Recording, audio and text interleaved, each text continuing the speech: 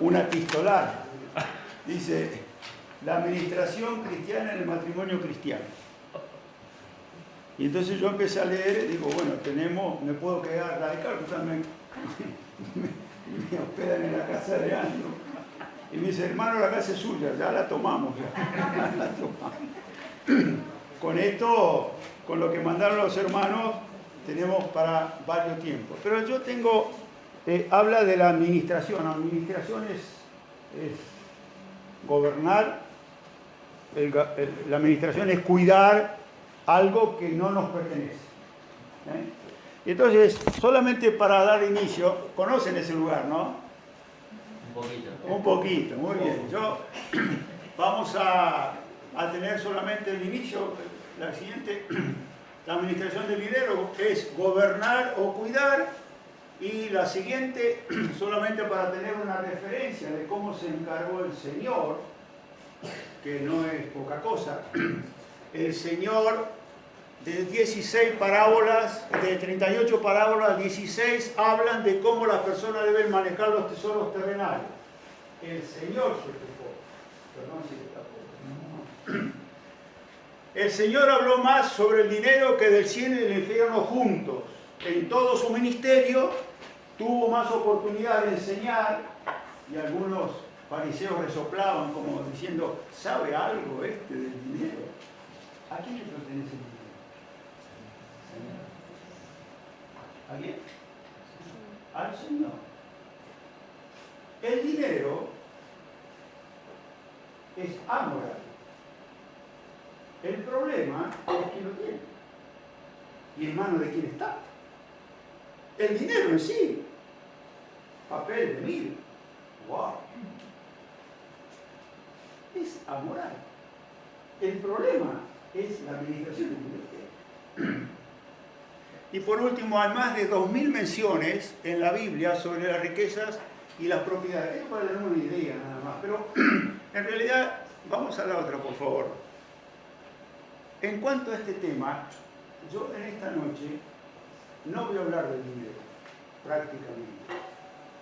Yo quisiera preparar el corazón de cada uno en lo que el Señor me dio, porque cuando me invitaron, digo, bueno, me invitan por primera vez, después se va el hermano, menos mal, pero en la guía del Espíritu Santo uno pide cuál es la necesidad, si hubiera necesidad espiritual de la iglesia de Villa Langostura. Yo no la conozco. ¿Quién la conoce? El Señor. Entonces digo, vamos a tratar de preparar el corazón en algunos principios bíblicos para tener si queremos, un ejemplo muy actual, tremendamente actual. Un ejemplo, hoy, la disposición del dinero. Vamos a Jeremías, por favor. Vamos a Jeremías.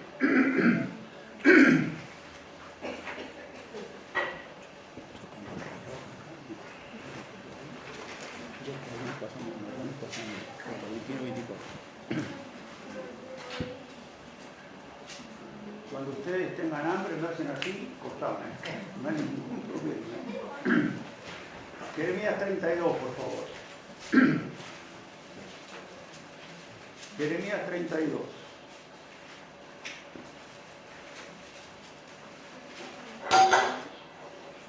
Palabra de Jehová que vino a Jeremías, profeta Jeremías, el año 10 de Sedequías, rey de Judá, que fue el año 18 de Nabucodonosor. Uy, cuántos nombres. Sedequías, rey de Judá. Nabucodonosor, un rey que venía a invadir. Babilonia, perfecto. Verso 2, entonces el ejército del rey de Babilonia, así está, tenía sitiada Jerusalén. Y el profeta Jeremías estaba preso en esas circunstancias, en el patio de la cárcel que estaba en la casa del rey de Judá.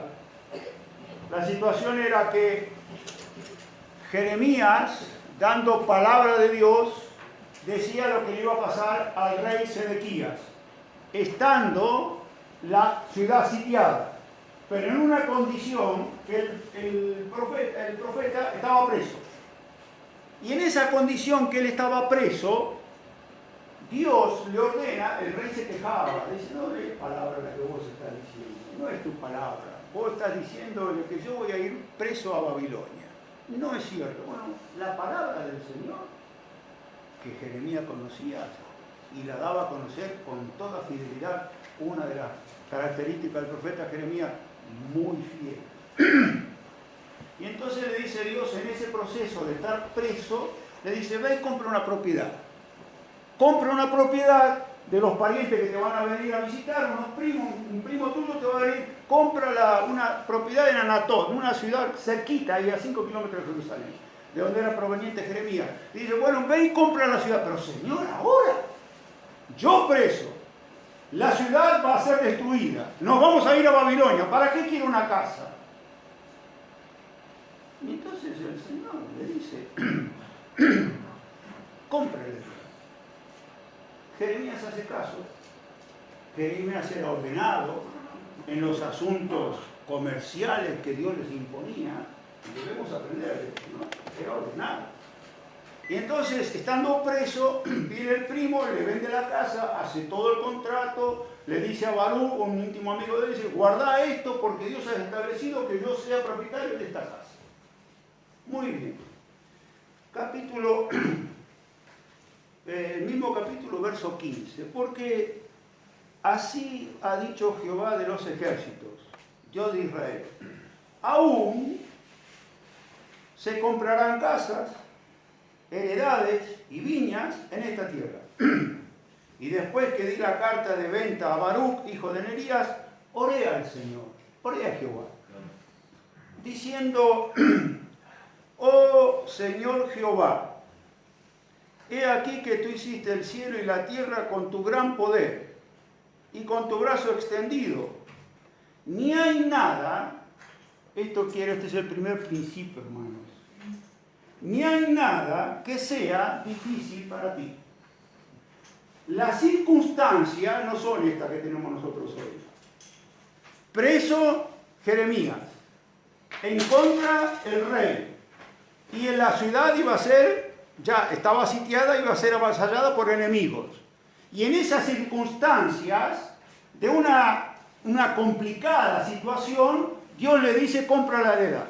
Y compra, porque Dios dice, se van a comprar, se van a seguir comprando y vendiendo, y los viñedos, la casa, las propiedades, no importa la circunstancia. ¿Cuál es el principio fundamental que dice Jeremías orando al Señor? No hay cosa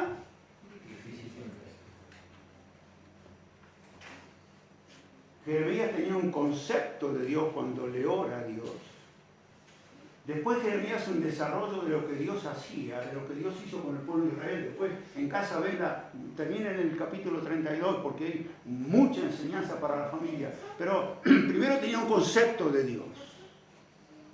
Después tenía un conocimiento de Dios para orar de esa manera y decir, no hay nada difícil para Dios. Pero notemos el verso 25. Termina la oración Jeremías y dice, oh Señor Jehová, y tú me has dicho, cómprate la heredad por dinero y pon testigos aunque la ciudad sea entregada en manos de los caldeos, en manos de los enemigos. Y vino palabra de Jehová a Jeremías diciendo, palabra de Jehová a Jeremías. Jehová tenía un concepto del Señor, tenía un conocimiento del Señor y tenía confianza en el Señor de que podía hacer las cosas que Dios le había pedido. Pero ahora en la respuesta de la oración de Jeremías le responde el Señor. Y le dice, he aquí, verso 27, he aquí, yo soy Jehová, Dios de toda carne. Y Dios pregunta a Jeremías. La convicción que tenía Jeremías la confirma el Señor. Y le dice, ¿habrá algo que sea difícil para mí? Ese es el primer principio. En los matrimonios, para manejar el dinero. No voy a hablar del dinero, yo no hablo del dinero, hablo del concepto de saber de manejar algo que es un papel. Saber este principio que no hay nada imposible para Dios. Segundo punto, Lucas,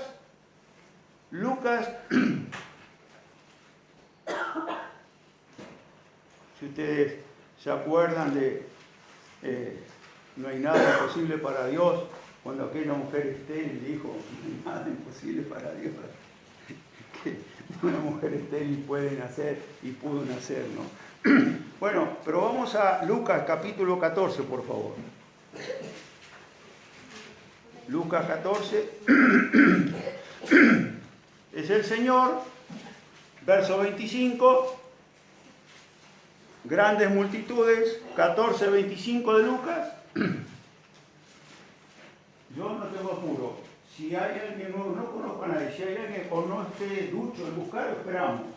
¿No? Ustedes que están duchos, tengan paciencia, ¿no? Vamos bien. Bien.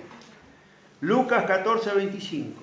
No hay mejor cosa que registrar con la vista la palabra cuando se lee.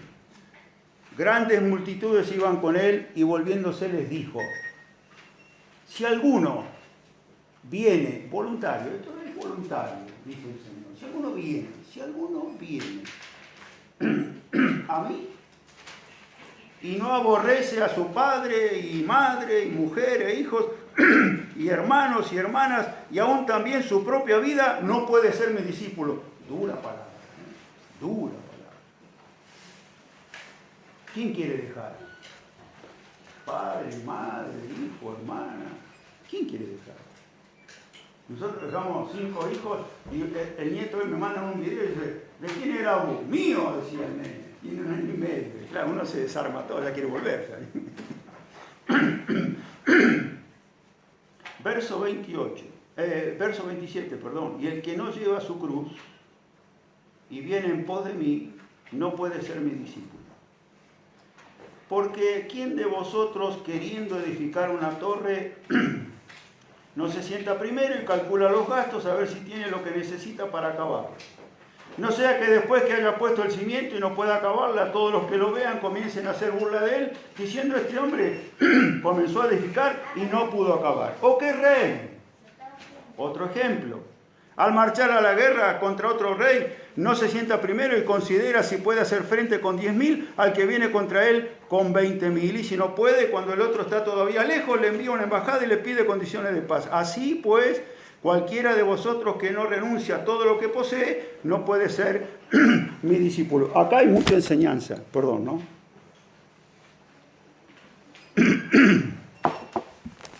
Pero si notamos, hay 2 ejemplos. Primero el Señor le dice al hombre para edificar la torre, no se sienta primero. No se sienta primero. ¿Y qué hace? Calcula. Y al rey le dice, no se sienta primero. Nosotros no nos sentamos. Para las cosas del money. No, perdón, yo no me siento. Usted no conozco a ninguno y cómo es la intimidad del hogar, pero no se sienta primero. Allí hay consideración. Te estoy hablando del dinero. No iba a hablar del dinero, estoy hablando del dinero. ¿Se entiende? No se sienta primero. Sentarse es poner las cosas en su lugar. Y primero acá dice, calcula los gastos. Si quieren que hablemos de una reunión de matrimonio, calcular los gastos, se sienta el matrimonio, sentado el matrimonio, porque los hijos pueden estar jugando, pero ven a los papás sentados. ¿Y qué hacen? Calculan los gastos. Un presupuesto mensual del mes. Puede ser. Si se vive de renta, si se vive de mensual, si se vive quincenal, si se vive semanal, no sé. Calcula los gastos. O se hace un viaje, ustedes me van a entender, un viaje.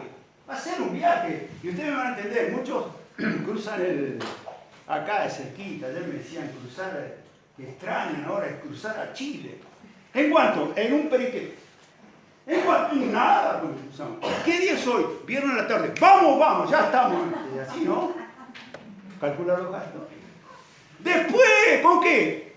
¿Endeudado? No. ¿Endeudado? Se sienta primero. O un viaje relámpago, o un viaje de 40 días. ¿Quién viaja 40 días? ¿30 días? ¿25 días? Calcula los gastos. Puede pasar, yo no sé, yo no los conozco, pero puede pasar. Hablo de dinero, se sienta primero. Y al rey le dice, calcula. Es un principio. Es un principio como creyente de parte del Señor que por 2 veces dice, se sienta primero. Como creyente, ¿para qué? Para el manejo del dinero. Porque nosotros tenemos una gran responsabilidad. Nosotros tenemos una gran responsabilidad en cuanto a esto. Y no importa, vamos y venimos. Y total, estamos acá nomás. Y después pagamos. ¿Con qué? Compremos. Oh, mirá la heladera. Yo, usted sabe que compré una heladera a crédito. Y después cuando abrí la heladera, estaba vacía, saqué un crédito para cenarla.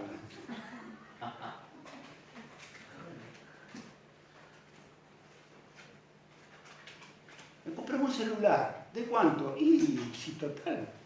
Y el chico va a la escuela con un celular endeudado. Upa. Va a la heladera, abre la heladera, la comida endeudada. ¿Por qué? Porque los papás no se sentaban. Y usted me está diciendo a mí, hermano, que yo ponga orden en casa. Yo no digo, el Señor dice, se sienta primero. Y calcula los gastos. Se sienta primero y considera en cuanto a qué, acá a ser mis discípulos, cosa seria. En cuanto al dinero, sentarse, en paz, tranquilo, no eras apurada. El Señor nos manda, no nos enseñó, en cuanto a las cosas del dinero, no nos enseñó a ser apurados. No, para nada nos enseñó a ser apurados. Hay que calcular los gastos y hay que considerar. Romanos capítulo 13, porque está ahí mucho olor a empanada, hay que comer. Romanos capítulo 13. Es un principio del apóstol Pablo, hablando a los romanos, bajo el imperio romano, en condiciones déspotas de vida, los creyentes viviendo en una calidad de vida déspota, los creyentes de Roma. Entonces está el apóstol Pablo, y el apóstol Pablo dice a los creyentes de Roma, con extensión a la iglesia de Cipolletti y con extensión a la iglesia de Villa Langostura, y está diciendo el apóstol en una imposición, no. Está diciendo imperativamente el apóstol Pablo, capítulo 13, verso 1, sométase toda persona a las autoridades superiores, porque no hay autoridades sino de parte de Dios. Si alguna autoridad puesta de parte de Dios hace algo que no es ordenanza divina, dará su cuenta. Nadie habla de política acá. Estamos hablando que dice el Señor, el apóstol Pablo, sométase toda persona. Y entonces, en nuestra calidad de creyentes, ¿qué dice la autoridad? Capítulo 13, verso 7. Pagad a todos los que debéis. Al que tributo, tributo. Y al que impuesto, impuesto. Y al que respeto, respeto. Y al que honra, honra. Ufa. Para mí que dice el impuesto y tributo. El impuesto. Ahora los hermanos están por edificar y están sacando unos planos, me contaba. Y hay tasas municipales. ¿Qué es? Un impuesto. ¿Qué hay que hacer? Hay que pagarlo. No, porque Juan, ¿qué hay que hacer? Hay que pagarlo. Pero el Señor, para el Señor no hay nada. Y pero mañana lo compró carne, el Señor dispondrá. No nosotros, el Señor dispondrá. Cuando el principio prima es la condición del creyente. ¿Y qué voy a hacer? Pago el impuesto. Pagar a todos, dice el apóstol. Esto no es imposición mía, hermanos. Ni estoy, mi forma de ser es mi forma de ser, no estoy enojado, no estoy nervioso, no, pero es mi forma de hablar, hermano. A veces el micrófono que está en la iglesia, en el local allá, el local, no la iglesia conformamos los creyentes, bajo el micrófono, se escucha así, bueno, sigo hablando conmigo. Y entonces, pagad a todo lo que debéis. Al que impuesto. Al que tributo. ¿Y qué es el impuesto y tributo? ¿Qué diferencia hay? Ustedes me van a entender. Vamos a Chile. Pasamos a Chile. ¿Y cuál es el tributo? Mirá, si cambiamos la cubierta, capaz que nos liberamos. Si compramos algo de más que hay que pagar la aduana, ponéselo a Leandro, así no pagamos el tributito. Digo yo, va a ser la diferencia. ¿Y qué hacemos? Hay que pagarlo. No, porque si yo lo pongo en la luneta atrás de la... No hay que pagar el tributo. ¿Por qué? Porque no es el apóstol. Es imposición divina. Entonces, ¿sabes qué queremos tomar? Queremos tomar... No. Por eso el viaje se calcula el gasto. Y se considera si se puede hacer relámpago o... Un ejemplo, hermano. Tan serio es como la vida del creyente que debemos llevar adelante. Tan serio. Porque pagar a todos el impuesto, el tributo, pero va más allá el apóstol. Al que respeto. ¿Qué respeto? ¿A quién? Si vamos a los intestinos del matrimonio, ustedes me van a entender, a los hermanos, ¿no? Los chicos, ¿qué es el intestino? El apóstol Pablo en Efesios termina el gran himno del matrimonio. Dice que los hermanos varones deben amar a sus hermanas como así. ¿Cómo? ¿Llegamos que así mismo? Yo me miro en el espejo y qué lindo que soy. Si digo qué lindo que soy, atrás tengo mi señora. Y la debo amar como a mí mismo. Jóvenes, creyentes, que mañana se casan. Y señoritas, ¿qué dice con respecto a deber el respeto? Es admirar al marido, porque dice, y la mujer, ¿qué dice de la mujer? Respete. Y por ahí escuchamos en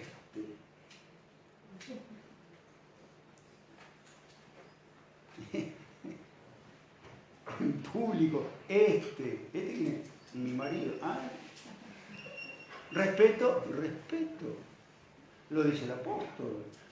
Pero dice, al que honra, honra. Y los chicos, sigue el apóstol y dice, honra a tu padre y a tu madre. ¿Qué es honrar al papá y a la mamá? ¿Qué es honrar al papá y a la mamá? Obedecerle. Y es hacerle quedar bien en cualquier circunstancia, de cortarnos el cabello, bañarnos, o ponernos los zapatos, lo que sea. ¿Por qué me mira así, Silvana? Bueno, hermanos, la escritura es abarcativa. Si es reunión de matrimonio, sí. Como cabeza del matrimonio, el varón debe saber que hay que honrar las deudas, pagar el impuesto y pagar los tributos.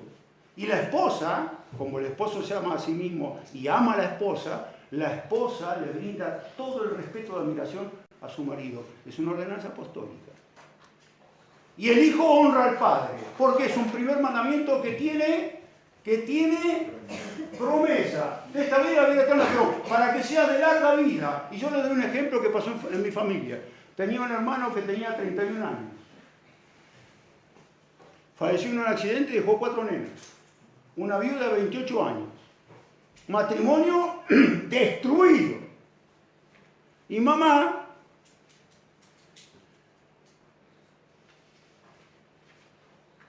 siempre honraba. Mamá, papá. Y entonces nosotros consideramos que el Señor le dio, de 16 años le dio 31 años de vida a mi hermano. No renegamos contra el Señor.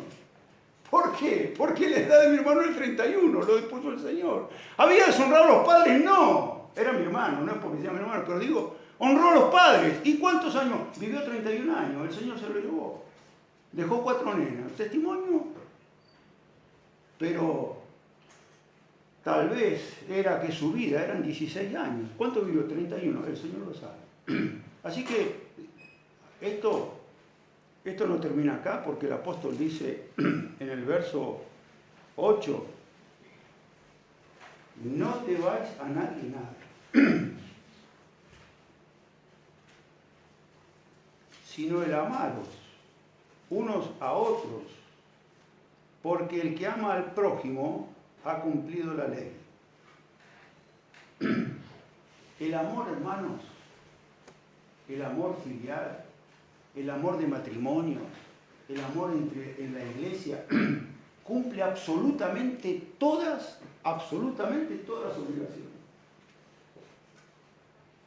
Todas, absolutamente todas. ¿Qué hay que hacer? Ame. Pero yo contra la autoridad, ame. Yo contra mi esposo, ame. Yo contra papá, honre. ¿Por qué? Es la escritura, hermano. Mire, el amor absolutamente todo. Supera. El que ama al prójimo ha cumplido la ley. El amor cumple todas las obligaciones. No estoy hablando del dinero, estoy hablando de un concepto espiritual muy alto, hermano. El amor cumple con todas las obligaciones del impuesto, del tributo, de la honra, del respeto y de la honra de los hijos hacia los padres. Final del comentario, capítulo 17 de Lucas. Capítulo 17 de Lucas.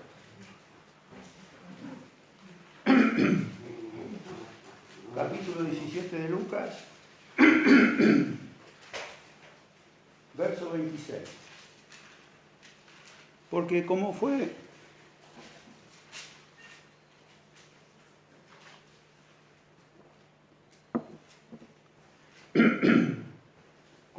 en los días de Noé. 17 de Lucas 26, como fue en los días de Noé. Así también serán los días del Hijo del Hombre. Comían. Actualidad. Bebían. Se casaban y se daban en casamiento. Hasta el día en que entró Noé en el arca y vino el diluvio y los destruyó a todos. Los días de Noé, dice la escritura de Génesis, que la tierra estaba llena de violencia. ¿Qué voy a descubrir yo? ¿Quieren prender el televisor? De los canales de... No vamos a hablar, no importa. Los días llenos de violencia. Los mismos días se avecina la venida del Señor. ¿Cómo los días de Noé? Pero hay otro ejemplo. Asimismo, dice la escritura. Verso 28. Asimismo, como en los días de Noé, en los días de Lot. Asimismo. Como sucedió en los días de Lot. ¿Se acuerdan de Lot? ¿Se acuerdan de Lot? ¿Qué pasó con Lot? ¿Se acuerdan de Lot, no? Asimismo, dice el Señor, como sucedió en los días de Lot. ¿Qué pasaba? ¿Cuál era la característica de los días de Lot? Comían, bebían, compraban, vendían, en la época de Lot. Y plantaban y edificaban, como en Villa Langostura. ¿Quién no planta? ¿Quién no edifica? ¿Quién no hace? ¿Quién no compra? ¿Quién no...? Sí, lo mismo, es lo mismo. Lo único que había una característica que yo lo voy a leer.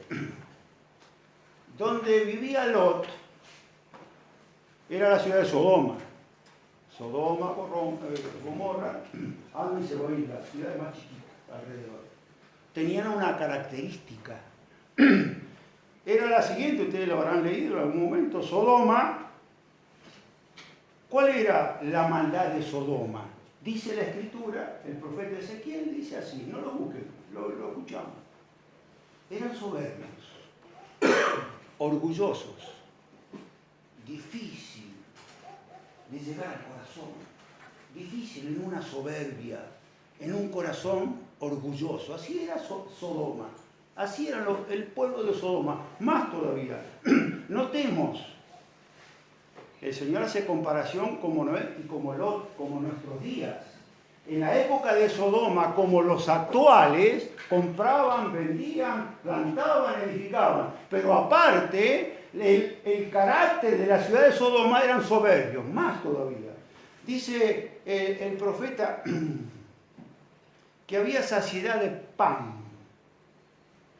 ¿Qué es saciedad de pan? Comí 8 en vez de comer 3 empanadas. No debería. Saciado. Más todavía. Miren la característica de Sodoma. Notemos. Soberbia, saciedad de pan y abundancia de ociosidad. ¿Qué es estar ocioso? No hacer nada. Qué lindo, ¿no? Sábado, nada. Domingo, nada. Lunes, mejor todavía si no hago nada. Martes, y bueno. Así vivía Sodoma.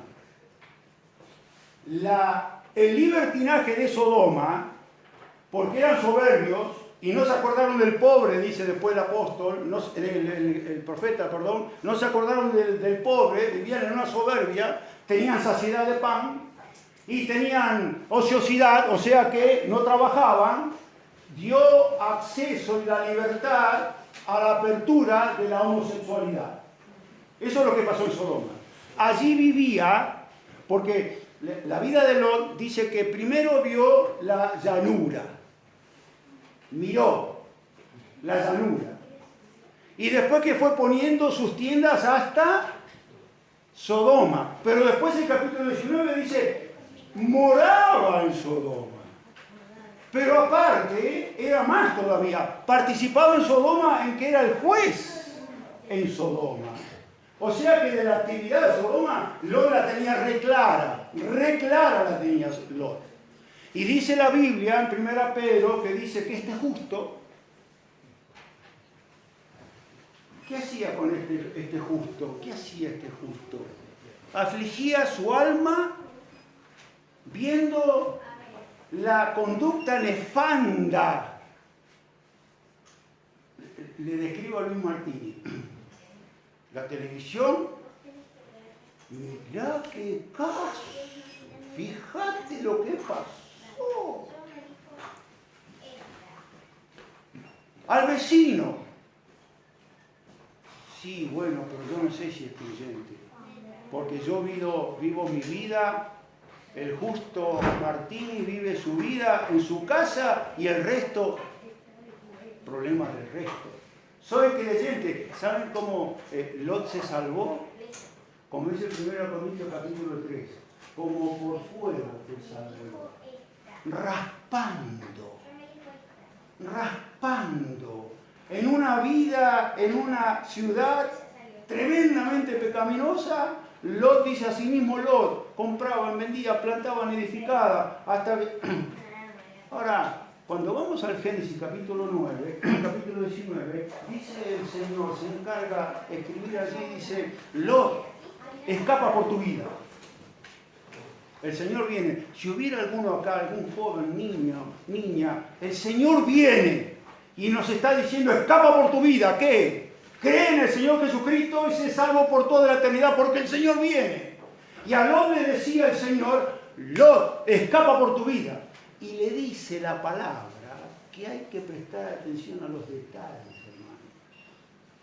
Escapa por tu vida, estaba Lot, estaba la esposa y estaban sus 2 hijas, yéndose de la ciudad. Escapa por tu vida. Y le dice, no mires tras ti, huye al monte, porque voy a destruir la ciudad. Y sale Lot corriendo. Y el Señor dice, lo leemos, por favor, capítulo 17.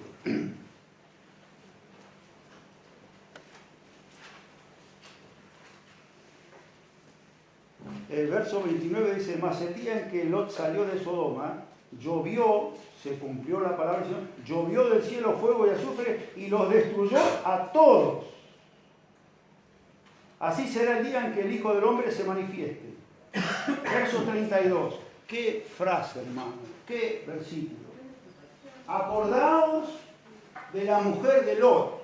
No dice acordaos de Lot. Lot se salvó. Por un milagro del Señor se salvó como por fuego.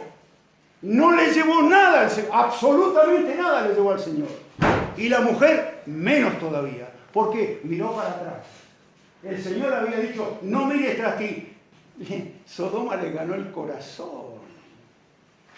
La moda, la mejor casa, el mejor auto, si no tenían auto, el mejor burro, lo que usted quiera ponerle. Participaba de los intestinos de Sodoma, la mujer de Lot, y Lot nos escapamos, nos vamos. ¿Por qué dice la Biblia quedó convertida en estatua de sal? Ustedes saben que cuando usted va por el Mar Muerto, donde están las ruinas de Sodoma y Gomorra, hay una estatua de la mujer de Lot, una estatua. En realidad, la mujer de Lot muere por un juicio divino y en la tierra donde está la mujer de Lot hay 17 metros de profundidad de sal. Eso es las orillas del Mar Muerto. Se cumplió la palabra del Señor. Hay un testimonio superficial, pero la mujer de Lot terminó enterrada y su cuerpo se convirtió en sal porque el lugar era de sal. Pero es un testimonio para nosotros, un testimonio. Hablé de dinero de la mujer de Lot. No puse 1000 ni 500, no le puse valor a la cabeza de la mujer de Lot, pero le puse el principio bíblico que nos llama a nosotros, hermanos. Lot, escapa por tu vida. La mujer de Lot, por no hacer caso a la palabra dijo, no mires tras ti, y quedó hecha estatua de sal. ¿Cómo estamos, hermanos? Nos está invadiendo el espíritu del mundo en un mundo donde hay soberbia y vemos en muchos lugares que hay saciedad de pan y en otros lugares hay ociosidad. Y ayer abrieron una página, antes de ayer, abrieron una página para que el pueblo argentino pueda viajar. Y en pocas horas se cerró la página porque se vendieron 4.000 millones de pesos en viaje para andar en la Argentina. De los argentinos. Yo no hablo de política, estoy diciendo que hay ociosidad, hay tiempo. No sé si habrán pensado, se habrán sentado a meditar, si pueden hacer un viaje relámpago, un viaje programado, pero hay para viajar. Estamos viviendo el mismo proceso, hermanos. Que no nos tome como Lot. Si alguno no conoce al Señor, sepa escapar. Sepa que el Señor viene y prepare las cosas. El Señor viene que no nos vamos a llevar nada. Nada nos vamos a llevar. Ojalá que cuando venga el Señor, lo poco que tengamos sea un corazón dispuesto a honrar con los bienes que nos da el Señor. Y entonces aprender de Lot, pero más aún, cada uno, aún los varones, aprender, porque si estamos prendados, ¿qué es prendado el corazón? De que no me deja ir a las reuniones. De que no estoy, no es que el marido le deje de ir, sino que el criterio del mundo no me deja ir. Estoy tan ocupado que, cuidado, como Lot, peor aún, la esposa de Lot miró para atrás, quedó convertida en una estatua de sal. Que el Señor les bendiga y nos ayude a meditar en esto, para que en nuestra vida, si es por el dinero, preparar el corazón y nos mueva solamente lo que tenemos, solamente para la honra y gloria de nuestro Salvador. Que el Señor bendiga su palabra.